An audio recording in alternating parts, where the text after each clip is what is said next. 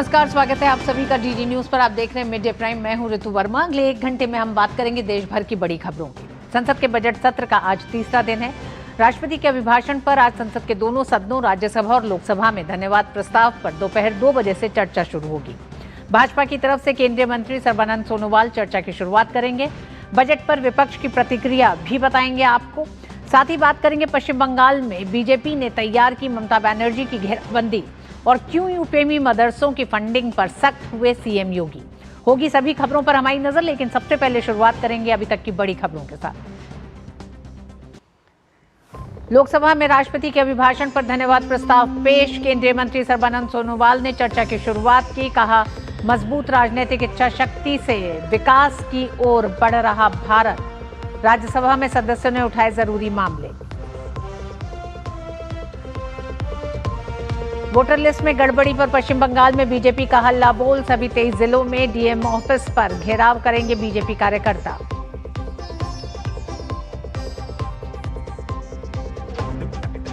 उपराज्यपाल मनोज सिन्हा के अभिभाषण से जम्मू कश्मीर विधानसभा के बजट सत्र की शुरुआत। कहा, जम्मू कश्मीर की जनता की आकांक्षाओं को पूरा करने वाला होगा ये सत्र।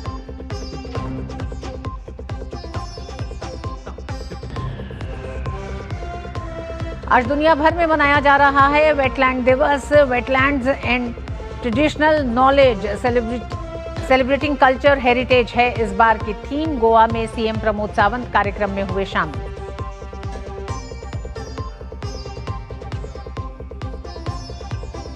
और पाकिस्तान के चुनिंदा मैच खेलने के फैसले को आईसीसी ने बताया वैश्विक खेल प्रतियोगिता की मूल भावना के विपरीत। कहा, पीसीबी की आधिकारिक सूचना का इंतजार।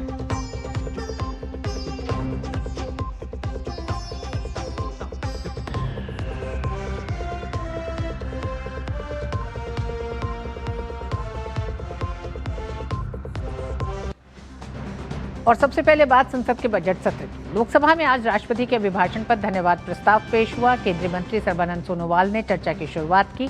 अलग अलग दलों के सांसद इस चर्चा में हिस्सा ले रहे हैं। केंद्रीय मंत्री सर्बानंद सोनोवाल ने सरकारी उपलब्धियों को गिनाने के अलावा बजट के आवंटन पर भी प्रकाश डाला। उन्होंने कहा, राष्ट्रपति का अभिभाषण उल्लेखनीय रहा। राष्ट्रपति के अभिभाषण में भारत की उल्लेखनीय विकास यात्रा, विकसित भारत एक्ट 2047 के रोड मैप और आत्मनिर्भर भारत को बहुत ही व्यापक और दूरदर्शी तरीके से प्रस्तुत किया गया। साथ ही उन्होंने कहा, प्रधानमंत्री मोदी के नेतृत्व में देश का तेजी से विकास हो रहा है।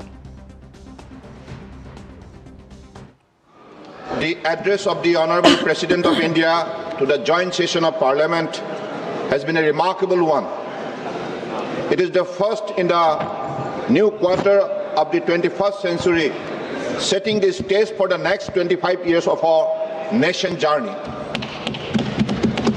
A crucial quarter centuries when an aspirational nation surges ahead towards development, a Viksit Bharat.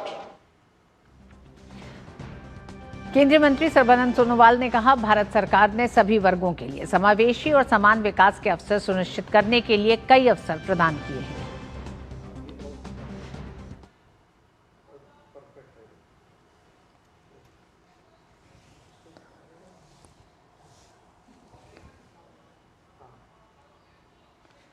Lok Sabha में राष्ट्रपति के अभिभाषण पर inspiring vision for the future of our nation. It showcased our government vision for social justice, inclusive growth, and its firm commitment towards building a Viksit Bharat. As a member of the tribal community from the northeastern state of Assam, I feel extremely proud about the inclusive and equitable opportunity of growth and development granted by this government to each and every member of our society, whether they be Dalit, Adivasi, Garib, Mahila, Yuva और अन्नदाता। लोकसभा में प्रश्नकाल के दौरान विभिन्न मंत्रालयों से संबंधित सवाल जवाब हुए। केंद्रीय श्रम मंत्री मनसुख मांडविया ने लोकसभा में भरोसा दिलाया है कि ईएसआईएस डिस्पेंसरियों के कामकाज से जुड़ी समस्याओं का हल आपसी सहमति से निकाला जाएगा। उन्होंने सांसद एनके प्रेमचंद्रन के सवाल का जवाब देते हुए स्वीकार किया कि फिलहाल प्राथमिक उपचार की व्यवस्था राज्य सरकारें करती हैं, जबकि पैसा केंद्र देता है। केंद्रीय मंत्री ने कहा कि वे समिति में साथ मिलकर इस दोहरी व्यवस्था पर चर्चा करेंगे ताकि इसका सही समाधान मिल सके। उन्होंने स्पष्ट किया कि समिति में जो भी आम सहमति बनेगी, सरकार उसी आधार पर व्यवस्था में सुधार के लिए कदम उठाएगी। SIC में स्टेट गवर्नमेंट भी चलाती है और सेंट्रल गवर्नमेंट भी चलाती है।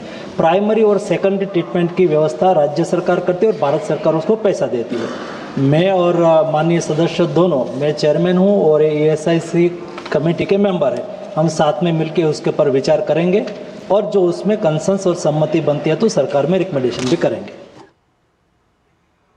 केंद्रीय मंत्री धर्मेंद्र प्रधान ने लोकसभा में प्रश्नकाल के दौरान पीएम श्री योजना के तहत स्कूलों के चयन के संबंध में सदस्यों द्वारा पूछे गए प्रश्नों का उत्तर दिया। उन्होंने कहा, कस्तूरबा गांधी बालिका विद्यालय योजना का उद्देश्य वंचित, अनुसूचित जाति, अनुसूचित जनजाति, अल्पसंख्यक और अत्यंत पिछड़े वर्गों की बालिकाओं को गुणवत्तापूर्ण आवासीय शिक्षा उपलब्ध कराना है ताकि बालिका शिक्षा में लैंगिक अंतर को कम किया जा सके। उन्होंने कहा, देश भर में अधिकांश KGBV ग्रामीण, आदिवासी और शैक्षणिक रूप से पिछड़े क्षेत्रों में स्थित हैं। देश में बच्चियों की पढ़ाई अच्छी हो रही। इन दिनों में स्कूलों में लड़कों की तुलना में GR में लड़की अच्छा आ रहे हैं। ये एक शुभ संकेत देश के लिए है। इसको ध्यान में रखते हुए उच्च शिक्षा में भी बच्चियां STEM एजुकेशन में अच्छा कर रहे हैं। इसी को आगे बढ़ाने के लिए आदरणीय वित्त मंत्री जी बीते कल बजट में भारत की सभी जिलों में एक अत्याधुनिक गर्ल्स हॉस्टल की प्रबंधन किया है। इसलिए हमारी सरकार बच्चियों के लिए, गर्ल्स स्टूडेंट्स के लिए कमिटेड है। और राजेश आज हमारे साथ जुड़ गए हैं। राष्ट्रपति के अभिभाषण पर धन्यवाद प्रस्ताव पर चर्चा जारी है इस समय दोनों ही सदनों में, और हमारे साथ राजेश जुड़े हुए हैं। राजेश, हम जानते हैं राष्ट्रपति के अभिभाषण के समय भी जिस समय जीराम जी का जिक्र आया राष्ट्रपति के अभिभाषण में, तो विपक्ष का हंगामा देखने को मिला, और बजट के बाद से जिस तरह से विपक्ष बजट को लेकर भेदभाव की बात कर रहा है, तो तेवर या यूं कहें विपक्ष के रुख का कुछ असर दिखाई दे रहा है। तो क्या आपको लगता है कि धन्यवाद प्रस्ताव पर चर्चा की शुरुआत हो चुकी है? विपक्ष किस तरह से तैयार है बजट और धन्यवाद प्रस्ताव दोनों को लेकर? देखिए ऋतु, जो पहले से उम्मीद जताई जा रही थी कि विपक्ष का जोरदार हंगामा राष्ट्रपति के अभिभाषण के दौरान देखा जा सकता है, लेकिन वो छिटपुट ही देखने को मिला। सर्बानंद सोनोवाल ने सिलसिलेवार तरीके से सरकार की उपलब्धियां गिनाई। उस दौरान थोड़ी बहुत जो है हंगामा करने की कोशिश विपक्ष के द्वारा जरूर की गई, लेकिन अब हाउस चल रहा है और भारतीय जनता युवा मोर्चा के जो राष्ट्रीय अध्यक्ष हैं, बेंगलौर से सांसद हैं तेजस्वी सूर्या, वो लगातार विपक्ष के तमाम सवालों का जवाब भी दे रहे हैं और वो आक्रामक तरीके से भाषण दे रहे हैं। आतंकवाद का जिक्र करते हुए उन्होंने कई बार कांग्रेसी सांसदों को जो बीच में उन्हें टोका टाकी करने की कोशिश कर रहे हैं, उनको वो उन्होंने करारा जवाब भी दिया और कहा कि 10 साल तक आतंकवाद के मोर्चे पर कांग्रेस ने अपने सरकार के दौरान कोई बेहतर काम नहीं किया, बल्कि उन्होंने देश का जो इंटरनल सिक्योरिटी है उसको कमजोर करने का काम किया। और उन्होंने जिक्र किया कि राष्ट्रपति महोदया ने अपने अभिभाषण के दौरान आतंकवाद के लिए प्रधानमंत्री नरेंद्र मोदी की नेतृत्व वाली जो सरकार वर्तमान में देश में चल रही है, उस सरकार ने ऑपरेशन सिंदूर समेत अनेक मोर्चों पर जो देश के इंटरनल सिक्योरिटी के लिए जो उन्होंने काम किया और आतंकवाद को करारा जवाब देने की कोशिश की, इसका जिक्र राष्ट्रपति के अभिभाषण में साफ तौर पर दिखाई पड़ता है। और तेजस्वी सूर्या ने सिलसिलेवार तरीके से टेररिज्म के खिलाफ सरकार के द्वारा किए गए जो कार्य हैं उसका उन्होंने जिक्र किया और कांग्रेस की बोलती बंद करने की कोशिश की। और तेजस्वी सूर्या लगातार आक्रामक तरीके से अपनी बात जो है वो रख रहे हैं।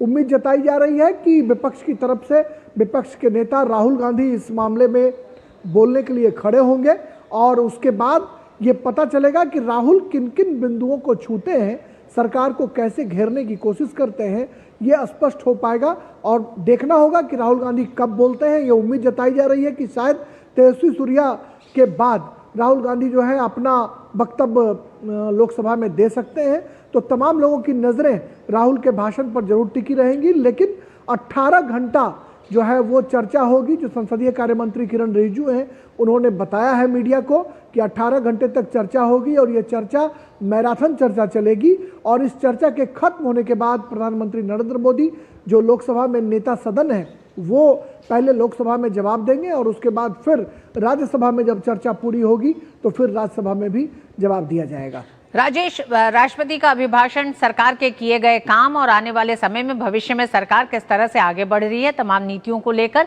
ये बताता है। तो वही विपक्ष के लिए एक मौका होता है कि अगर सरकार को सुझाव के तौर पर, आलोचना के तौर पर भी अगर सुझाव देना है तो ये विपक्ष के लिए एक मौका है। क्या विपक्ष इस मौके को इसी तरह से देख रहा है, या विपक्ष का जिस तरह का आज सुबह का जो विरोध देखा गया बजट को लेकर, जो विरोध है वो क्या बताता है? देखिए ऋतु, पिछले एक दशक से हमने देखा है संसद में कि सदन के बाहर और सदन के भीतर कई बार राष्ट्रपति के अभिभाषण के दौरान भी विपक्ष ने हंगामा खड़ा करने की कोशिश की, जो परिपाटी कभी नहीं रही है। संसद के भीतर जब संयुक्त अधिवेशन को राष्ट्रपति संबोधित करते हैं उस दौरान विपक्ष को हंगामा बिल्कुल नहीं करना चाहिए, लेकिन इस परिपाटी को तोड़ते हुए हमने देखा कि कई मौके पर राष्ट्रपति के अभिभाषण के दौरान भी कांग्रेस के सांसदों ने खास करके काफी विरोध जताने की कोशिश की। प्रधानमंत्री जब अभिभाषण के दौरान जब रिप्लाई करते हैं उस दौरान भी कई बार विपक्ष के लोग वॉकआउट कर जाते हैं या फिर तंज कसने, फब्तियां कसने की कोशिश करते हैं। हालांकि प्रधानमंत्री पूरी मजबूती के साथ सरकार का पक्ष रखते हैं और विपक्ष को बुलडोज करने की कोशिश करते हैं, उनके तमाम आरोपों को खारिज भी करते हैं। तो बिल्कुल आपने सही कहा कि विपक्ष के लिए एक बड़ा अवसर होता है जब राष्ट्रपति के अभिभाषण पर धन्यवाद प्रस्ताव पर चर्चा के दौरान वो सत्ता पक्ष को घेर सकता है। ये अवसर अगर विपक्ष के लोग उठाते हैं तो निश्चित तौर पर सरकार को इसका रिप्लाई करने में या सरकार के लिए कई तरह की चुनौतियां दिखाई पड़ सकती हैं, लेकिन विपक्ष अमूमन जो है सत्ता पक्ष को घेरने के बजाय सदन में हंगामा करना जो है वो मुनासिब समझता है, जो इंडियन डेमोक्रेसी के लिए कहीं से भी उचित नहीं है। हम दुनिया भर के मुल्क के सबसे बड़े लोकतांत्रिक देश कहलाते हैं जिसकी लोकतंत्र की जड़ें इतनी मजबूत हैं, जहां पर विपक्ष को या सत्ता पक्ष को साथ मिलकर काम करने का या फिर अभिव्यक्ति की आज़ादी है कि हम अपनी बात को मजबूती से सत्ता पक्ष के सामने रख सकते हैं। तो ऐसे में विपक्ष को सत्ता पक्ष को घेरने के बजाय हंगामा करते हुए देखा जाना यह डेमोक्रेसी के लिए ठीक नहीं है। और मुझे लगता है कि राष्ट्रपति के अभिभाषण पर धन्यवाद प्रस्ताव पर चर्चा लोकसभा में शुरू हो गई है, राज्यसभा में भी भोजन अवकाश के बाद जो है वो शुरू हो जाना है क्वेश्चन आवर के बाद, और निश्चित तौर पर विपक्ष को सरकार से सवाल पूछनी चाहिए। तमाम आशंकाओं का जवाब सरकार देने को तैयार है। जी राजेश, हम देख रहे हैं कि आज सुबह भी जब केरल के सांसदों ने जो विरोध किया, जो अपना एक तरह से विरोध दर्ज कराया, उनका कहना है कि बजट भेदभावपूर्ण है। तो आखिर क्या आपत्तियां क्या केरल के सांसदों की रही हैं बजट को लेकर? क्योंकि एक तरफ तमाम विश्लेषक ये मान रहे हैं कि ये बजट किसी राज्य विशेष के लिए कुछ घोषणाओं तक सीमित नहीं है, बल्कि 2047 के विकसित भारत के संकल्प को पूरा करता ये बजट है। देखिए, सिर्फ केरल ही नहीं बल्कि अन्य जो पार्टियां हैं, चाहे वो विपक्ष की पार्टियां टीएमसी हो, आरजेडी हो, समाजवादी पार्टी हो, ये तमाम लोग विपक्ष को जो है वो विपक्ष के जो सांसद हैं वो बजट को जो है वो गलत साबित करने में जुटे हुए हैं। और उनका कहना है कि बजट में ऐसा कुछ चमत्कारिक चीज़ नहीं है जिससे कि आम जनता के हितों की हिमायत की जा सके। अभी जो समाजवादी पार्टी के राष्ट्रीय अध्यक्ष हैं और उत्तर प्रदेश के पूर्व मुख्यमंत्री अखिलेश यादव भी मीडिया से रूबरू हुए थे, तो उन्होंने साफ तौर पर यही कहा कि बजट के पेश होने के बाद सेंसेक्स जो है वो धड़ाम से गिर गया, और ऐसे में आप समझ सकते हैं कि बजट क्या है। हालांकि सत्ता पक्ष के लोगों ने इसको कंट्राडिक्ट किया, काटने की भी कोशिश की कि इंफ्रास्ट्रक्चर के मोर्चे पर या फिर हाई स्पीड बुलेट ट्रेन चलाने के लिए 7 रेलवे कॉरिडोर का जो उल्लेख किया गया है बजट में, इस बुलेट परियोजना के शुरू हो जाने के बाद कहीं ना कहीं हिंदुस्तान जो है दुनिया भर के मुल्क में खुद को रेलवे के मामले में compete कर सकेगा।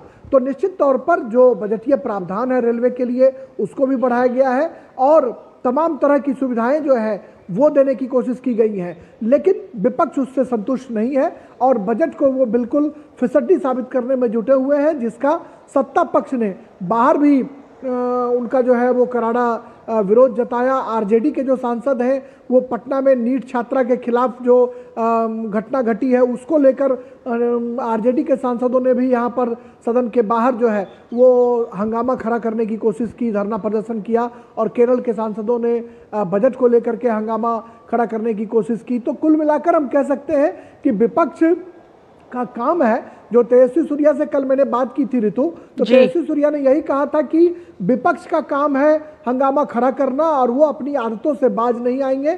चाहे बजट कितना ही बेहतरीन क्यों ना हो, वो हर हाल में सरकार की आलोचना ही करेंगे। तो कहीं ना कहीं विपक्ष को कंस्ट्रक्टिव सहयोग जो है वो भी करना चाहिए। ये सत्ता पक्ष की उम्मीद है कि रचनात्मक सहयोग के जरिए हम सदन की कार्रवाई चला सकते हैं। हम सरकार के किसी भी कार्य की सिर्फ आलोचना न कर रचनात्मक सहयोग भी कर सकते हैं, जो डेमोक्रेसी की खूबसूरती मानी जाती है। जी हाँ, इसी रचनात्मक सहयोग की उम्मीद विपक्ष से की जा रही है। देखना दिलचस्प होगा जब विपक्ष के सांसद धन्यवाद प्रस्ताव की चर्चा में हिस्सा लेते हैं और वो किन पक्षों को रखते हैं। बहुत बहुत धन्यवाद राजेश। जिस तरह से हम बात कर रहे हैं लगातार कि धन्यवाद प्रस्ताव पर चर्चा को लेकर राहुल गांधी का जो एक पहला रिएक्शन बजट को लेकर आया वो यही आया कि बजट से संतुष्ट नहीं है।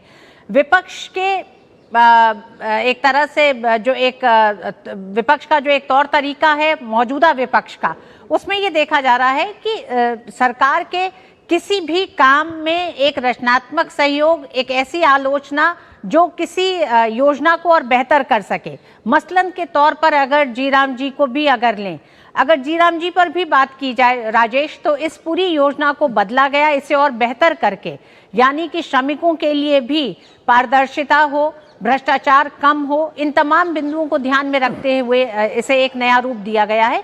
लेकिन विपक्ष अभी भी इससे आम राय नहीं रख पा रहा है इस पूरी योजना के बदले स्वरूप को। देखिए, जब जीराम जी बिल आ रहा था सदन में, तब आपको याद होगा कि पिछले सत्र में विपक्ष के लोग सबसे पहले तो इनके नाम को लेकर विरोध कर रहे थे। वो कह रहे थे कि महात्मा गांधी के नाम से परहेज है भारतीय जनता पार्टी को, सरकार को। और कांग्रेस के लोग लगातार ये सवाल खड़े कर रहे थे कि महात्मा गांधी जिनके मुंह से मृत्यु के वक्त हे राम निकला, उनके राम को ही जो है वो हटाने की कोशिश की जा रही है। लेकिन जब जी राम जी शब्द का प्रयोग जब इस विधेयक में आया तो कांग्रेस के सदस्य जो हैं वो कहीं बैकफुट पर नजर तो आए, लेकिन महात्मा गांधी के नाम को हटाए जाने को लेकर उन्होंने विरोध किया। और उसके बाद जो विधेयक के जरिए इस कानून को सशक्त बनाने की बात जब भारतीय जनता पार्टी के सांसद या सत्ता पक्ष के मंत्री कर रहे थे, तो कांग्रेस जो है सिर्फ नाम को लेकर हायतोमा मचा रही थी।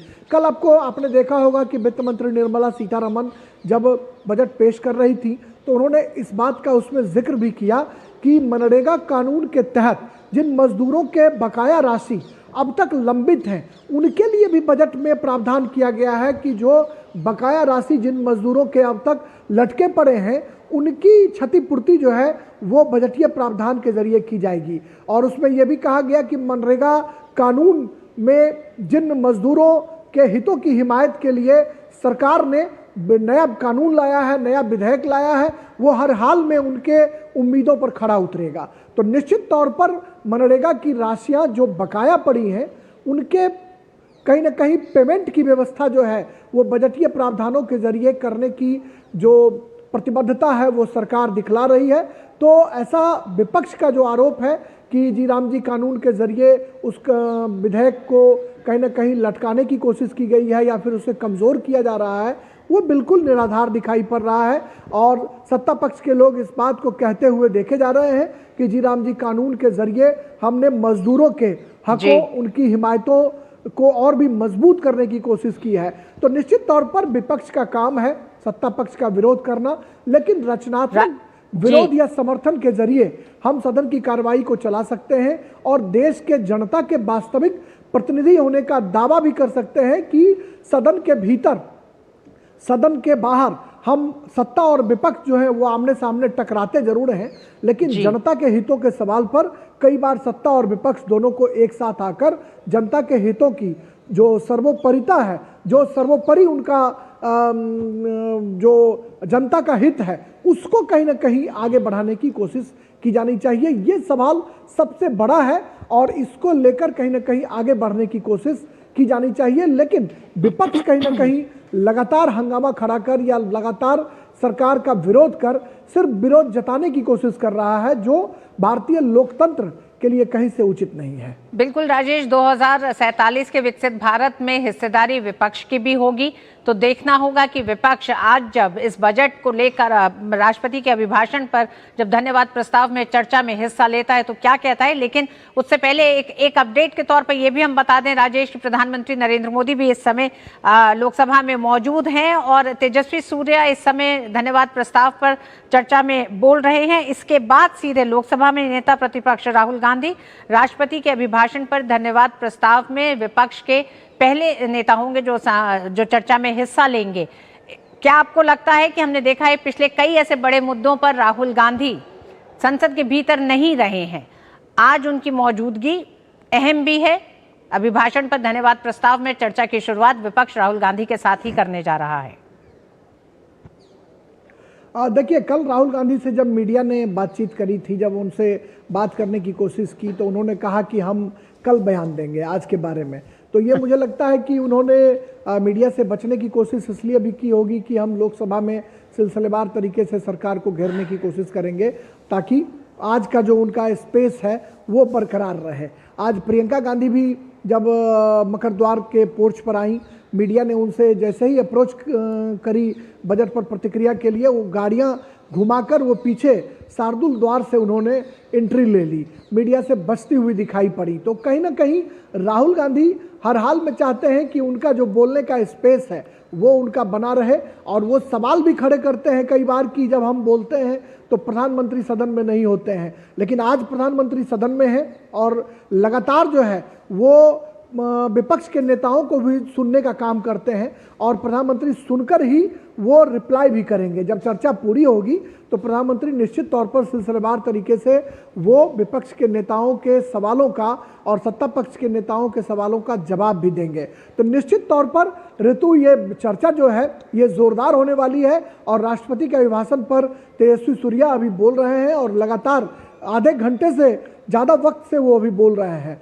युवा हैं और निश्चित तौर पर भारतीय जनता पार्टी की ये कोशिश है कि युवा नेतृत्व को आगे किया जाए। आपने देखा कि भारतीय जनता पार्टी के राष्ट्रीय अध्यक्ष के तौर पर नितिन नवीन की ताजपोशी भी इसी सिलसिले में देखी गई है, और इस बजट को भी कल रेल मंत्री अश्विनी वैष्णव का जब हमने कल इंटरव्यू किया था तो उन्होंने ये कहा था कि ये युवा शक्ति को समर्पित ये बजट है।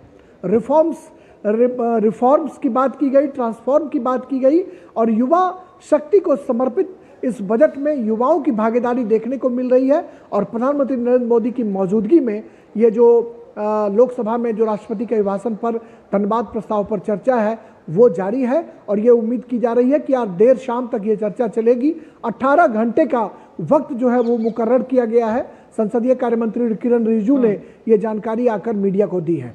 बिल्कुल, राष्ट्रपति के अभिभाषण पर धन्यवाद प्रस्ताव में विपक्ष की तरफ से पहले वक्ता के तौर पर राहुल गांधी होंगे, और अब से थोड़ी ही देर में राहुल गांधी बोलेंगे। उससे पहले प्रधानमंत्री नरेंद्र मोदी भी सदन में मौजूद हैं।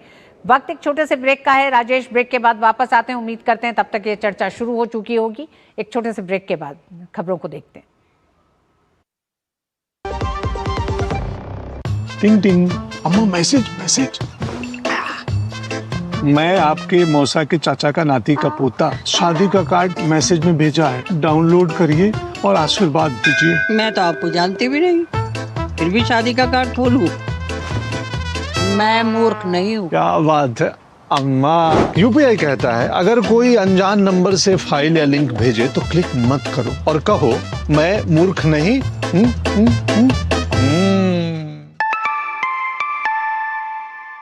जाइए आप भी किसी का टेस्ट लीजिए।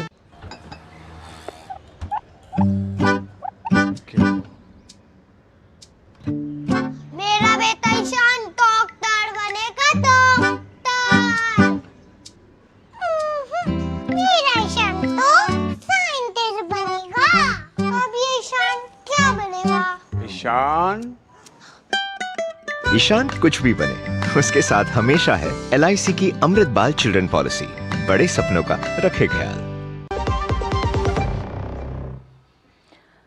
16वें वित्त आयोग की हालिया सिफारिशों ने भारत के संघीय ढांचे में एक नई बहस छेड़ दी है।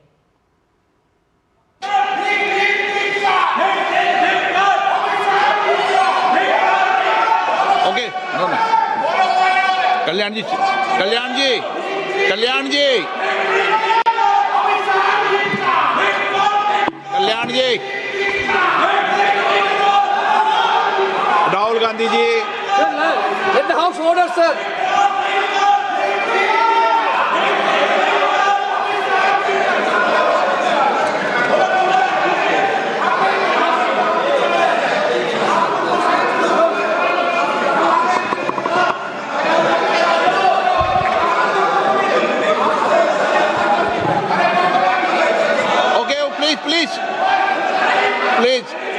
प्लीज माननीय सदस्य, please.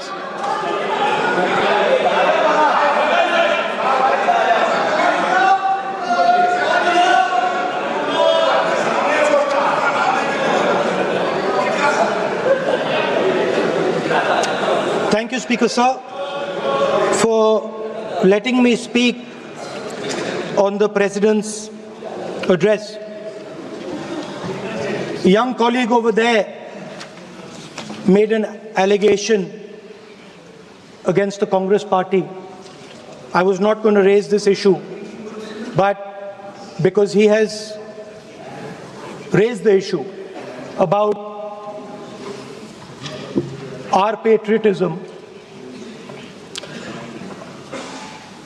our understanding of Indian culture, I'd like to start by reading something.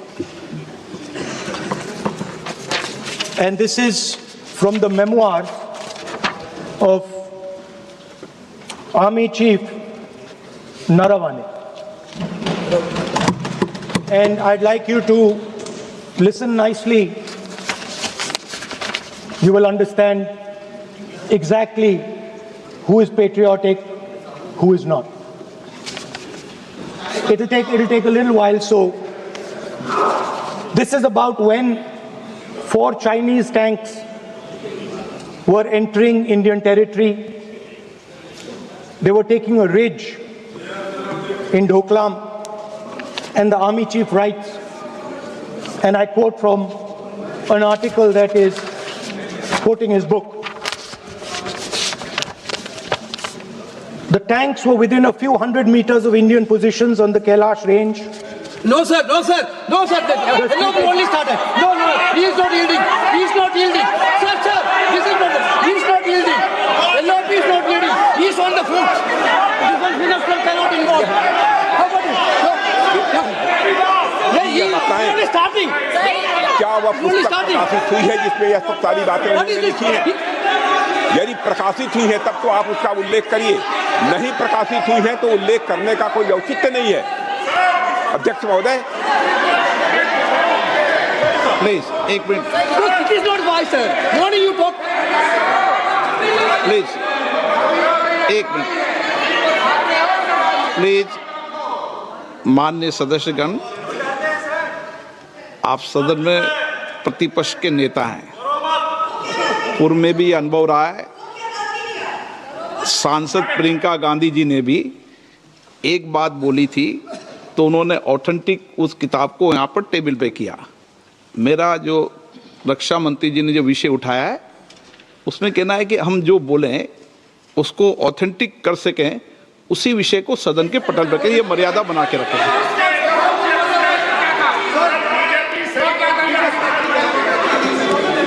Sir दीजिए। तो राहुल गांधी इस समय लोकसभा में बोल रहे हैं, जिस लेकर कुछ मसले पर लोकसभा अध्यक्ष ने राहुल गांधी को एक तरह से नियम भी याद दिलाए लोकसभा में, जब लोकसभा के सांसद किसी चर्चा में हिस्सा ले रहे होते हैं। इससे जुड़ी अन्य खबरें भी आपको दिखाएंगे, लेकिन उससे पहले आइए बताते हैं 16वें वित्त आयोग की हालिया सिफारिशों ने भारत के संघीय ढांचे में एक नई बहस छेड़ दी। अरविंद पनगड़िया की अध्यक्षता वाले इस आयोग ने 2026-31 की अवधि के लिए करों के बंटवारे का नया फॉर्मूला पेश किया है। पहली बार किसी राज्य के जीडीपी में योगदान को 10% मानक बनाया गया है। इससे विकसित राज्यों को फायदा होगा। आय का अंतर 45% से घटाकर 42.5% कर दिया गया है। और अर्थशास्त्री अश्विनी महाजन जी हमारे साथ इस पर जुड़ रहे हैं। प्रोफेसर अश्विनी महाजन हमारे साथ जुड़े हुए हैं।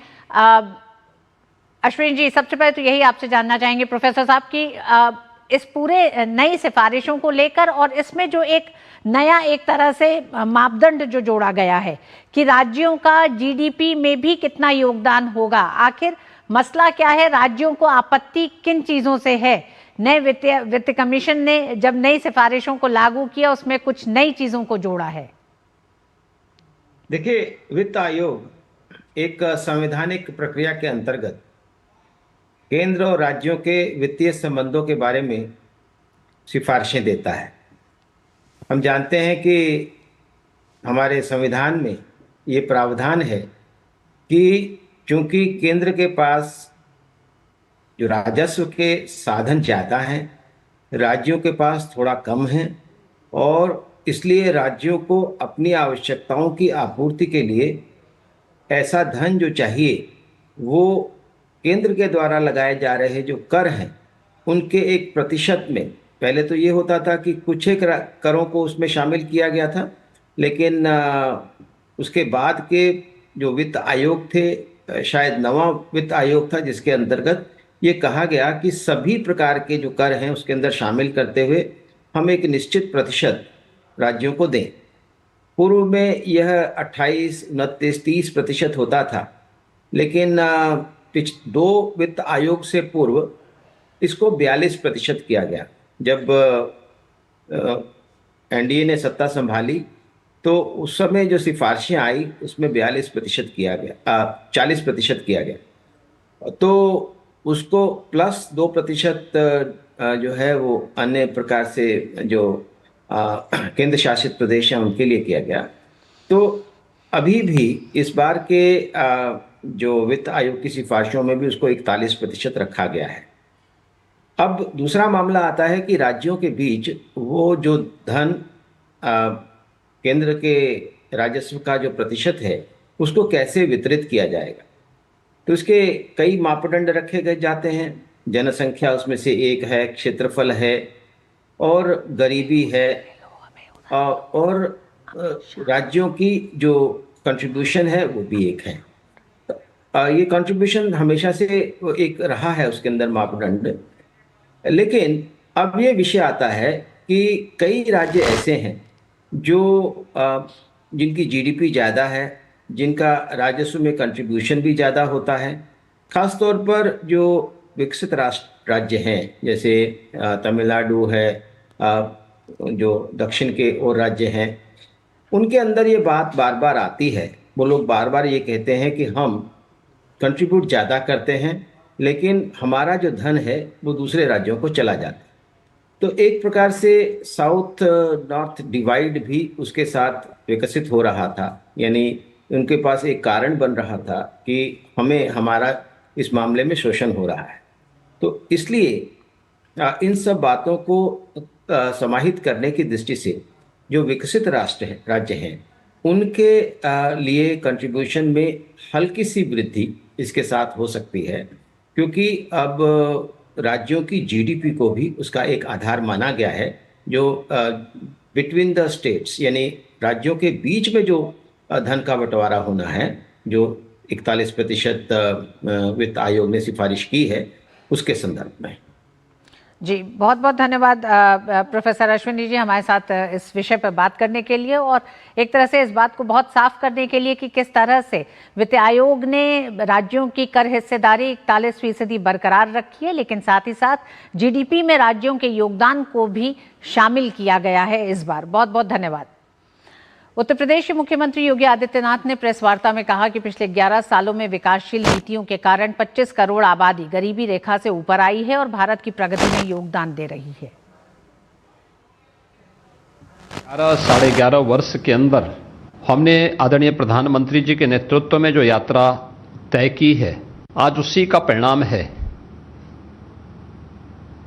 कि 11 वर्ष में 25 करोड़ से अधिक की आबादी गरीबी रेखा से उबर करके आत्म गौरव के साथ भारत की प्रगति में अपना योगदान दे रहे हैं। परिणाम है कि अब भारत दुनिया की तीसरी बड़ी अर्थव्यवस्था के रूप में तेजी के साथ अग्रसर हुई है। यह हर भारतीय के लिए गौरव की बात है।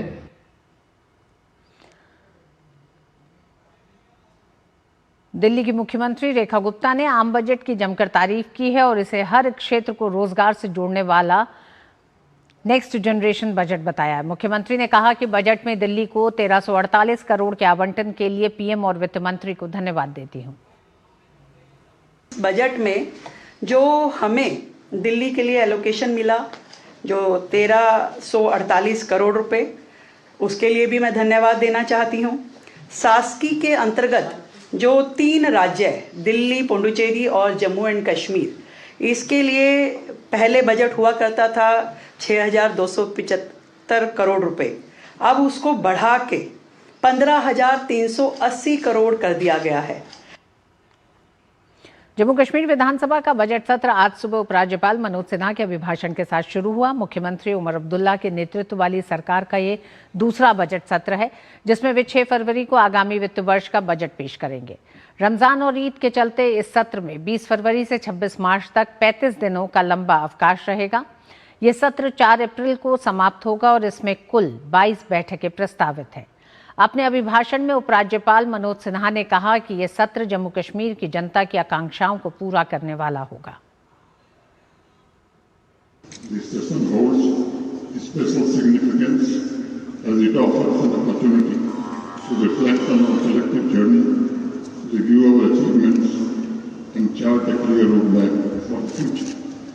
It also provides a moment to reaffirm our shared commitment to fulfill the aspirations of the people of Jammu and Kashmir.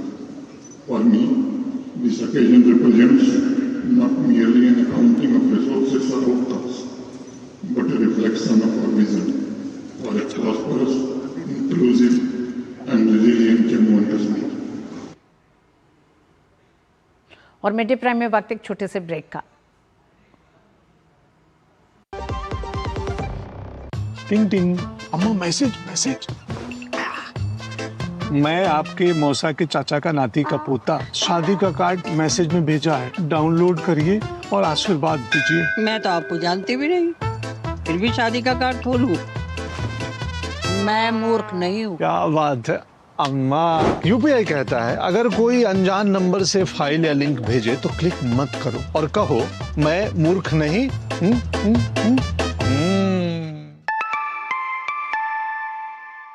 जाइए आप भी किसी का टेस्ट लीजिए। क्या आपको है आकर्षक बचत विकल्पों की तलाश? LIC प्रस्तुत करता है नवजीवन श्री सिंगल प्रीमियम प्लान। एक मुश्त प्रीमियम राशि जमा करें, जीवन बीमा कवर का आनंद उठाएं, परिपक्वता पर गारंटीकृत निश्चित राशि प्राप्त करें। तरलता विकल्प भी उपलब्ध। अभी खरीदें। मौजूदा पॉलिसी धारकों के लिए आकर्षक छूट, नियम और शर्तें लागू। पश्चिम बंगाल में भाजपा आज मतदाता सूची में कथित गड़बड़ी और प्रशासनिक दुरुपयोग के खिलाफ राज्य के सभी 23 जिलों में बड़ा प्रदर्शन करने जा रही है। पार्टी का मुख्य आरोप है कि जिला मजिस्ट्रेट और SDO राजनीतिक दबाव में स्पेशल इंक्वायरी रिपोर्ट के बहाने आम जनता को प्रताड़ित कर रहे हैं।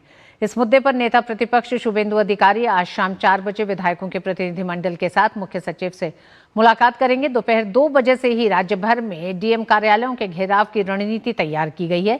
स्थानीय मीडिया रिपोर्ट्स का हवाला देते हुए भाजपा ने BLO और अन्य अधिकारियों पर गलत जानकारी जमा करने के गंभीर आरोप लगाए हैं।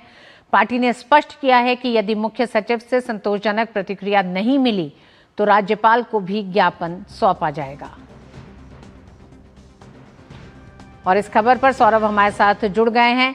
सौरभ, एक तरह से ममता बनर्जी और भारतीय जनता पार्टी के बीच में, यानी कि राज्य की मुख्य विपक्षी पार्टी के बीच में सत्ताधारी ममता बनर्जी TMC के साथ एक तरह से मोर्चे आमने सामने अब खुल गए हैं SIR को लेकर, जिसमें सबसे ज्यादा असर जो हो रहा है इसमें उन मतदाताओं पे एक बड़ा असर पड़ रहा है ममता बनर्जी के एक पूरे प्रशासन के रवैये को लेकर, जिसकी शिकायत लेकर भाजपा इससे पहले भी कई एक तरह से कह सकते हैं प्रशासनिक दरवाजों पर पहुंच चुकी है, लेकिन उसे हासिल कुछ नहीं हुआ है, इसलिए अब जनता के बीच उतरने जा रही है। देखिए, ये जो 2 पहलू है, एक तरफ दिल्ली में ममता बनर्जी और यहाँ पे भाजपा, राज्य में भाजपा आज सड़क पर उतर आई है SIR को लेकर। दोनों का जो प्रेक्षित है वो अलग है, पटकथा अलग है। तो मुख्यमंत्री ममता बनर्जी वो शुरू से लगातार एसआईआर के विरोध में है और आज जाके जब वो राज्य में जिले जिले में प्रोटेस्ट किए हैं, शहर में रैली निकाली है, लेकिन अब वो सीधा प्रोटेस्ट का जो मुद्दा है उनका जो एजेंडा है वो दिल्ली में लेकर गई है चुनाव आयोग के सामने। और आज अब जो आप तस्वीर देख रहे थे कि वहां पे अपने साथ जो टीएमसी का दावा था कि एसआईआर के चलते बहुत सारे लोगों का मौत हुआ है, ऐसे कुछ मृतक के परिवार को भी वो अपने साथ लेकर गए। लेकिन सवाल ये उठता है कि एक भी मृतक, जो तृणमूल कह रही है कि 140 की मौत हुई है, लेकिन एक भी मृतक का रिपोर्ट जिला शासक से नहीं आया। क्यों नहीं आया? ये सवाल डीडी न्यूज नहीं पूछ रहा है, ये सवाल पूछ रहा है चुनाव आयोग, ये सवाल पूछ रहा है बंगाल की जनता, सवाल पूछ रहा है ताकि इसलिए कि अगर कोई भी कहता है कि एसआईआर के चलते मौत हुई है तो उसका तो रिपोर्ट जिला शासक जो स्टेट सेक्रेटरीट के अंडर में आते हैं वो जिला शासक रिपोर्ट देंगे, रिपोर्ट तैयार करेंगे, तब तो चुनाव आयोग उनके लिए कुछ कर पाएगी या कुछ कर पाएगा। लेकिन ऐसा कोई रिपोर्ट आज तक नहीं दिया। आप कब से यहाँ पे एसआईआर चल रहा है? आज 2 महीना हो गया है एसआईआर चल रहा है, आज तक एक भी रिपोर्ट नहीं आया है और सीईओ ने साफ तरीके से ये बात कह दिया है। दूसरी तरफ है उनका आज का जो दावा है कि रोल ऑब्जर्वर्स, माइक्रो ऑब्जर्वर्स को लेकर टीएमसी बेहद चिंतित है और सीएम का ये कहना है कि जो रिप्रेजेंटेटिव जो लॉ है उसके तहत माइक्रो ऑब्जर्वर्स और रोल ऑब्जर्वर्स को ऐसे चुनाव आयोग काम पे नहीं लगा सकते। लेकिन सवाल ये उठ रहा है कि माइक्रो ऑब्जर्वर्स की जरूरत क्यों पड़ी? माइक्रो ऑब्जर्वर्स जो 8000 से ज्यादा माइक्रो ऑब्जर्वर्स यहाँ पे तैनात हुए हैं, उससे पहले चुनाव आयोग के तरफ से डेटा एंट्री ऑपरेटर मांगा गया था राज्य प्रशासन से, लेकिन राज्य प्रशासन ने उस डेटा एंट्री ऑपरेटर के फाइल का अप्रूव नहीं किया और उनका कहना था जो नॉन परमानेंट जो स्टाफ है, जो नॉन परमानेंट जो लोग हैं, जो अस्थायी कर्मचारी हैं, उनको डेटा एंट्री ऑपरेटर में काम में लगा जाए। लेकिन चुनाव आयोग का कहना है कि जैसे जो नॉन परमानेंट स्टाफ है उनका कोई लोकल स्टैंड ही नहीं है, उनका निष्पक्षता कैसे जांच करे? कल अगर वो कुछ गलत करते हैं और उनके खिलाफ कुछ कार्रवाई करना पड़े तो वो तो नॉन परमानेंट स्टाफ है, तो उनके रिस्पॉन्सिबिलिटी नहीं आएगी, वो उतना रिस्पॉन्सिबल नहीं होगा। तो चुनाव आयोग को कतई ये मंजूर नहीं था, तो इसके चलते उन्होंने माइक्रो ऑब्जर्वर्स नियुक्त किए। और क्या क्या स्थिति क्या क्या हुआ? रोल ऑब्जर्वर्स जा रहे हैं हियरिंग सेंटर में, उनको घेरा कर तृणमूल के जो महिला वर्कर्स है वो घेर लेते हैं, उनके गाड़ी पर हमला होता है, सीओ के गाड़ी पर ऊपर हमला होता है। ऐसा स्थिति होने पर तब जाके चुनाव आयोग ने यहाँ पे हर डिस्ट्रिक्ट के तहत एक करके ऑब्जर्वर दिया। खुद सुनवाई सेंटर में वहां पे तोड़फोड़ हुआ, फरक्का में हुआ, चाकुलिया में हुआ। उसके बाद चलते संदेशखाली की घटना सामने आई। संदेशखाली के घटना में जहां पे साफ तरीके से एक लिस्ट फैल जाता है, 5274 लोगों का एक लिस्ट, और उसमें कहा जाता है कि नॉट इंडियन सिटीजन। चुनाव आयोग हैरान हो जाता है। चुनाव आयोग कहता है कि ये कैसे हो सकता है, क्योंकि हम एसआईआर कभी भी नागरिकता जांचाई करने की काम नहीं है। एसआईआर का काम ये नहीं है, एसआईआर का ये लक्ष्य नहीं है। एसआईआर का लक्ष्य है कोई भी अवैध वोटर तालिका में ना रहे। उन्होंने ऐसा कोई सूची जारी नहीं किया। तो फिर ये नॉट इंडियन सिटीजन वाला जो लिस्ट है, वो लिस्ट संदेशखाली जैसे सेंसिटिव एरिया में, सेंसिटिव कॉन्स्टिट्यूएंसी में कैसे फैल गया, ये सवाल उठ रहा है। ये सवाल इसलिए उठ रहा है क्योंकि अगर कल जाके कोई फरक्का जैसा इंसिडेंट हो, कोई लॉ एंड ऑर्डर सिचुएशन हो स्टेट में, तो कौन रेस्पॉन्सिबल होगा? चुनाव आयोग के नाम से ये जो लिस्ट फैल गया था, ये लिस्ट कौन किया? इसका जांच वहां का लोकल पुलिस नहीं किए, लोकल एडमिनिस्ट्रेशन नहीं किए, अब तक नहीं किए। एईआरओ जो बीएलओ है, बीएलओ क्या कहते हैं? बीएलओ कहते हैं कि एईआरओ ने कहा कि एक एजेंसी ने ये कंप्लेन किया है, इसके चलते ये लिस्ट तैयार हो गया। नहीं तो जी आप मानिए एक लिस्ट में इलेक्शन कमीशन का कोई लेवल नहीं है, कोई लेटर पैड नहीं है, किसी का कोई थप्पा नहीं है, कोई सरकारी थप्पा नहीं है, फिर भी एक लिस्ट कैसे एक एईआरओ एक बीएलओ को देते हैं? ऐसे 3 पंचायत के जो बीएलओ हैं उनको देते हैं और वो लिस्ट वहां के जो वोटर्स है उनके मोबाइल में चला जाता है। कैसे होता है? पुलिस क्या कर रही थी वहां पे? उनसे पुलिस के पास इसका इंफॉर्मेशन क्यों नहीं आया? और इसके चलते जो टीएमसी बार बार कहती है कि एसआईआर के नाम पे नागरिकता जांचाई हो रही है और सीओ ऑफिस कह रहा है उल्टा कह रहा है, तो कहीं जाके ये बात हुआ तो कहीं ना कहीं जाके टीएमसी ने अपना मुद्दा इस्टेब्लिश करने के लिए ये डॉक्यूमेंट्स नहीं तो फैला दिया सारी जो वोटर्स है उनके अंदर, उनके बीच। तो ये सारी बातें हैं और इस सारी बातों को लेकर आज तक और ऋतु जी और भी एक बात है, चाहे वो बशीरहाट का AERO का ऊपर सस्पेंशन का ऑर्डर हो चुनाव आयोग का, चाहे वो 2 असेंबली कॉन्स्टिट्यूएंसी बारुईपुर पूर्व और मैना में जो 5 आधिकारिक वोटर लिस्ट से गड़बड़ी किए थे उनके आरोप हो, चाहे कोई आधिकारिक जो है जो ऑब्जर्वर्स के लिए चुनाव आयोग ने मांग किया था वो लिस्ट ना देना हो, इन सारे बातों में एक से ज्यादा एक कितने गिनवाएंगे आप 1 2 3 4 5 कर रहे हैं, आपकी उंगलियों की गिनती खत्म हो जाएगी। लेकिन ऐसे बहुत सारे इंस्टेंसेस है जिस इंस्टेंसेस में ये साफ तरीके से चुनाव आयोग का कहना है कि स्टेट गवर्नमेंट नॉन कोऑपरेटिव है एसआईआर को लेकर। बिल्कुल, चुनाव आयोग लगातार ममता बनर्जी प्रशासन को लेकर सवाल खड़े कर रही है कि उनका सहयोग नहीं मिल रहा है। वहीं दूसरी तरफ भारतीय जनता पार्टी आज 2 बजे से 23 जिलों में डीएम ऑफिस का घेराव करने जा रही है। लेकिन दिलचस्प बात यह है कि ममता बनर्जी टीएमसी का एक पूरा प्रतिनिधिमंडल आज शाम 4 बजे चुनाव आयोग से मिलने जा रहा है अपनी शिकायतों को लेकर।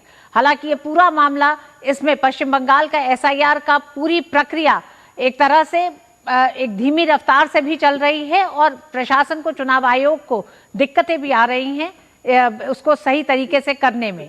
बहुत बहुत धन्यवाद सौरभ पूरी जानकारी के लिए। पश्चिम बंगाल में एसआईआर को लेकर चल रही रस्साकशी के बीच चुनाव आयोग ने मुख्यमंत्री ममता बनर्जी को आयोग के सामने अपना पक्ष रखने का समय दिया है। सीएम ममता बनर्जी नई दिल्ली में आज सीईसी ज्ञानेश कुमार के सामने अपना पक्ष रखेंगी। इस दौरान वह पश्चिम बंगाल में जारी एसआईआर प्रक्रिया पर चर्चा कर सकती हैं। आयोग के साथ इस मुलाकात में ममता के साथ पार्टी नेताओं का एक प्रतिनिधिमंडल भी होगा। हालांकि इस बैठक से पहले ममता सरकार एसआईआर को चुनौती देते हुए निर्वाचन आयोग और राज्य के मुख्य निर्वाचन अधिकारी के खिलाफ उच्चतम न्यायालय में याचिका भी दायर कर चुकी हैं। इस मामले पर सुनवाई होना अभी बाकी है। और ऋषि इस खबर पे हमारे साथ जुड़ गए हैं। ऋषि, हालांकि चुनाव आयोग ने एक तरह से ममता बनर्जी से बात करने के लिए कहा है। ममता बनर्जी आज शाम 4 बजे पहुंचेंगे, लेकिन उससे पहले ममता बनर्जी उच्चतम न्यायालय भी पहुंच गई हैं। तो ये ममता बनर्जी आखिर चाहती क्या है? कुछ मसले जो एसआईआर की प्रक्रिया के आड़े आ रहे हैं उसको सुलझाना, उसका समाधान ढूंढना, या फिर इस पूरे मामले को और ज़्यादा कानूनी और नियमों के तहत फंसाते जाना?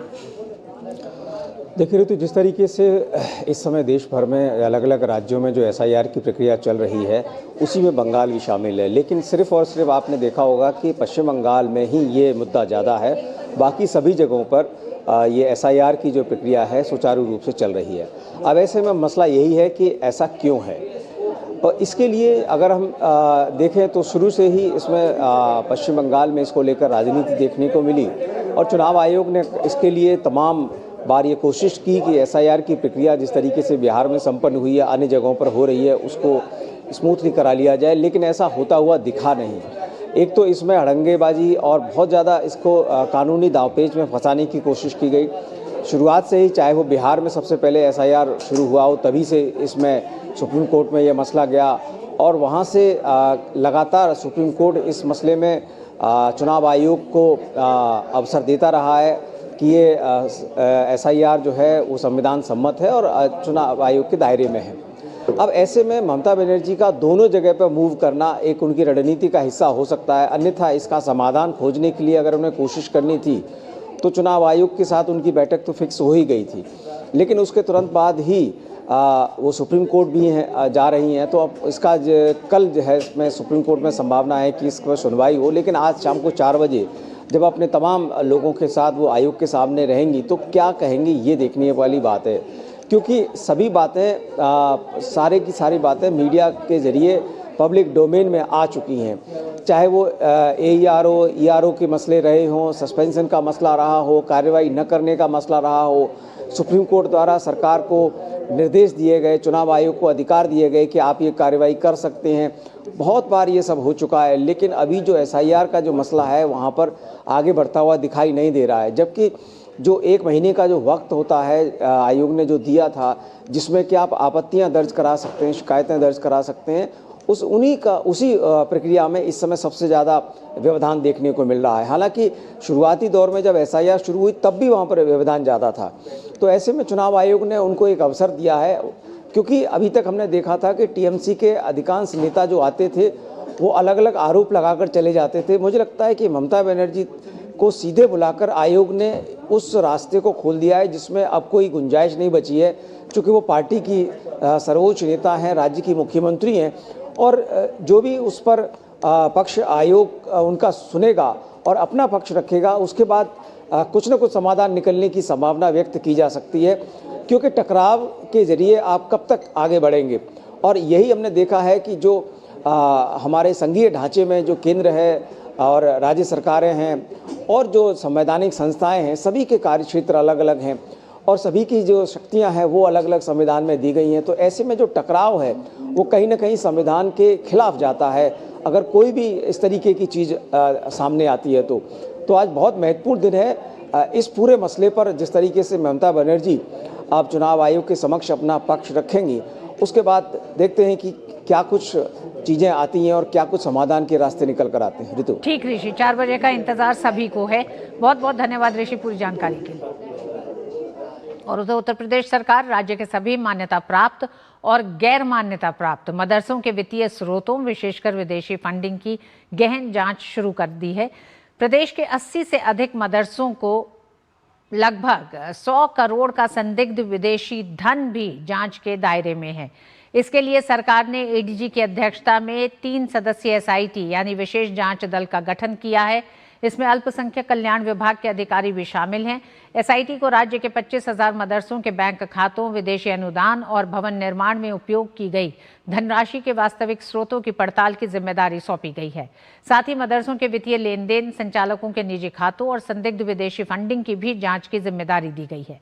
इसमें नेपाल सीमा से सटे लखीमपुर खीरी, पीलीभीत, बहराइच जैसे जिलों पर विशेष ध्यान है, जहां हाल के वर्षों में मदरसों की संख्या में तेजी से वृद्धि हुई है। और विकास हमारे साथ इस मसले पर जुड़े हुए हैं। विकास, उत्तर प्रदेश सरकार ने एक तरह से 80 से अधिक मदरसों को मिली करीब 100 एक बड़ी धनराशि को लेकर एक बड़ी जांच की बात की है और एक तरह से जो वित्तीय सहयोग मिलता रहा है मदरसों को, उस पर एक कड़ा कदम उठाते हुए किया है। कारण क्या है? 100 करोड़ की संदिग्ध विदेशी धन अगर मुहैया मदरसों को कराया जा रहा है। जी रामेंद्र।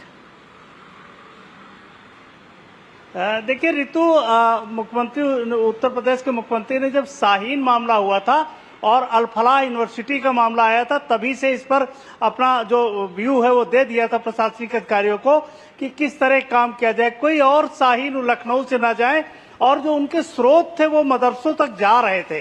तो इस शुरुआत तब से हो गई थी। उनसे कहा गया था कि जितने लगभग 25,000 से अधिक मदरसे हैं, जिनमें 16,503 मदरसे जो अनुदानित हैं, 8,000 से बड़े ज्यादा मदरसे ऐसे हैं जिनमें सरकार का अनुदान नहीं आता है, लेकिन वो मदरसे बहुत, आप भव्यता के साथ जाओगे तो बिल्डिंग्स बनेगी।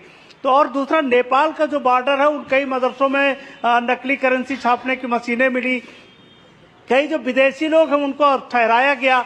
जब ये सारा इनपुट सरकार के पास आया तो उन्होंने कहा कि इसकी SIT जांच करे। दूसरा, जो 8,000 मदरसे जिनको सरकार अनुदान भी नहीं दे रही है, तो कहां से स्रोत आ रहा, उनके पैसे कहां से आ रहे हैं, ये देखा जाए। तीसरी बात यह कि जो छात्र पढ़ रहा उसका पता, उसके गार्जियन का मोबाइल नंबर, जो टीचर पढ़ा रहा उसका अस्थायी पता और उसका मोबाइल नंबर, ये सारा डाटाबेस तैयार किया जाए कि हम तुरंत पता कर सकें कि अगर कोई स्लीपर सेल है, इस तरीके से तैयारी की जा रही है, मदरसों में गलत शिक्षा दी जा रही, तो उस पर निगाह रखी जाए। मोस्टली जो नेपाल का बॉर्डर है वहां से चुनौतियां ज्यादा हैं, वहां लगातार मदरसे बन रहे हैं बॉर्डर पर, और वहां से इनमें राष्ट्र विरोधी ताकतें अपना इन्वॉल्वमेंट कर रही हैं। तो उसको लेकर के है कि स्रोत क्या है, आय के स्रोत कहां से आ रहे हैं, और जिनको अनुदान दिया जा रहा है वो पैसा सही उपयोग में आ रहा। शिक्षा की जो विधि है, जो उत्तर प्रदेश सरकार ने जो मानक तय किया है उसके अनुसार हो रही है, कुछ और चीजें पढ़ाई जा रही हैं। तो इस तरीके से तमाम चीजों पर अंकुश लगाने के लिए एक डाटाबेस तैयार किया जा रहा है। एसआईटी ने और सारे जितने अधिकारी हैं जिलों के, उनको एक फॉर्म भेज दिया था कि ये डिटेल्स हमको चाहिए, वो डिटेल्स भी मिल रहे हैं और दूसरी कार्रवाई भी हो रही है। एसआईटी सीधे भी काम कर रही है। ऋतु जी। जी रामेंद्र, बहुत बहुत धन्यवाद रामेंद्र पूरी जानकारी के लिए इस विषय पर। और प्रधानमंत्री नरेंद्र मोदी ने सत्ता में आने के बाद से लंबित परियोजनाओं के काम में तेजी लाने और उन्हें जल्द से जल्द पूरा करने के लिए प्रगति नाम से एक पहल की शुरुआत की। इसका मकसद था प्रोजेक्ट्स में देरी की वजहों का पता लगाकर उसका समाधान निकालना। इस पहल की 50 बैठकें हो चुकी हैं और 85 लाख करोड़ की 3,300 से ज्यादा परियोजनाओं को जल्द पूरा किया गया है। प्रगति की ये पहल कैसे कमाल कर रही है, इसी पर एक सीरीज हम चला रहे हैं जिसका नाम है प्रगति एट 50, विकास को गति।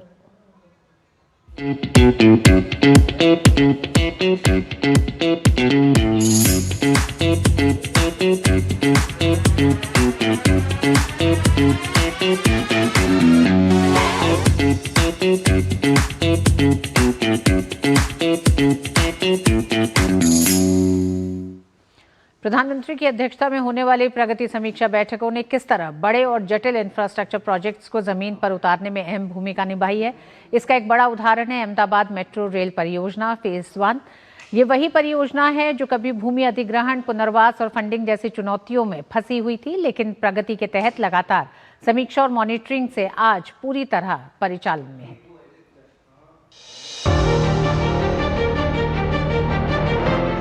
Ahmedabad metro rail project phase 1 कुल 40.03 किलोमीटर लंबा नेटवर्क है जो शहर के पूर्व पश्चिम और दक्षिणी हिस्सों को जोड़ता है। लेकिन इस परियोजना की असली कहानी इसके ट्रैक या स्टेशनों से ज्यादा इसके मॉडल में छिपी है। वर्ष 2018 में प्रगति के तहत पहली समीक्षा के समय यह परियोजना करीब 25% ही पूरी हो पाई थी। भूमि अधिग्रहण, पुनर्वास, यूटिलिटी शिफ्टिंग और फंडिंग जैसे कई अहम मुद्दे लंबे समय से अटके हुए थे। प्रगति के बाद गुजरात सरकार ने भूमि अधिग्रहण के जो हमारे लंबित मामले थे तथा जो हमारे प्रभावित परिवारों के पुनर्स्थापन एवं पुनर्वास के मामलों को प्रक्रिया को तेजी से पूरा किया गया। प्रगति समीक्षा में प्रधानमंत्री द्वारा स्पष्ट दिशा निर्देश दिए गए, जिसके बाद केंद्र सरकार, राज्य सरकार और जिला प्रशासन के बीच समन्वय मजबूत हुआ। जमीन अधिग्रहण और पुनर्वास के मामलों में तेजी आई और फंडिंग से जुड़ी अड़चनें दूर की गईं। दिसंबर 2020 की प्रगति समीक्षा तक परियोजना की भौतिक प्रगति बढ़कर करीब 62% तक पहुंच गई। इसके बाद प्रशासनिक निर्णयों की रफ्तार और बढ़ी और काम में सुधार देखने को मिला। प्रगति की लगातार निगरानी का असर ये रहा कि वित्तीय वर्ष 2021-22 तक परियोजना की प्रगति 87% से अधिक हो गई और इसके बाद मेट्रो नेटवर्क को चरणबद्ध तरीके से जनता के लिए खोल दिया गया।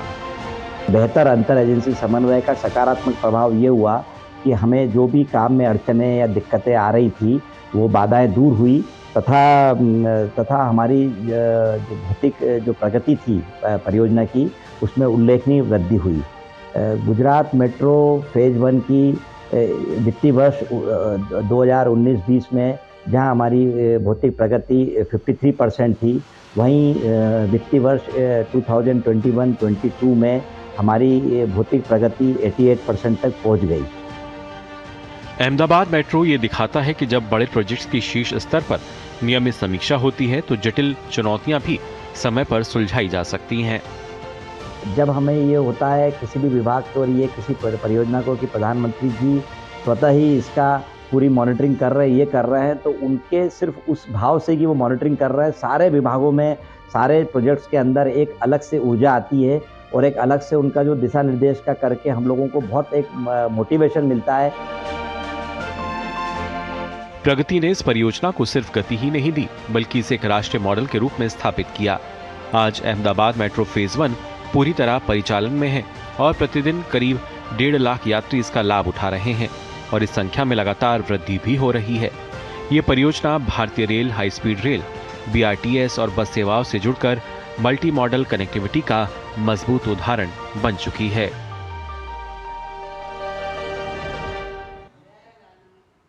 और मिड डे प्राइम में आज बस इतना ही। मुझे दीजिए अनुमति। DD न्यूज पे खबरें जारी रहेंगी। नमस्कार।